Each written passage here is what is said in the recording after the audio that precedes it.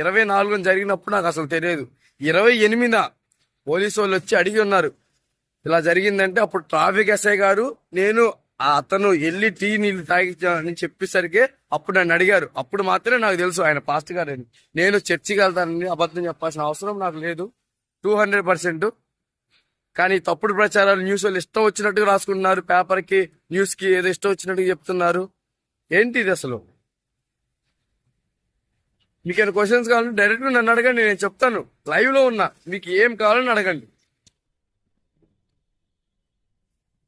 ఎవరు అంటారు 5 కోట్లు ఇచ్చారు ఇతనికి, పోలీసు వాళ్ళకి సాయం చేస్తున్నాడు. నాకు అవసరం ఏంటి? ఆ న్యూస్ అక్కడ లైవ్ లో ఉంది కదా, సిగ్నల్ దగ్గర 8 కెమెరాలు ఉన్నాయి కదా, మొత్తం చూడొచ్చు కదా. అక్కడ చూస్తే మొత్తం తెలుస్తుంది కదా. ఆయన తీసుకెళ్ళటం పక్కనే ఒక ఫ్రెండ్స్ లాగా వచ్చారు ఎస్ఐ గారు, ఆ పాస్టర్ గానే ఆయన. లేకపోతే నేను డబ్బులు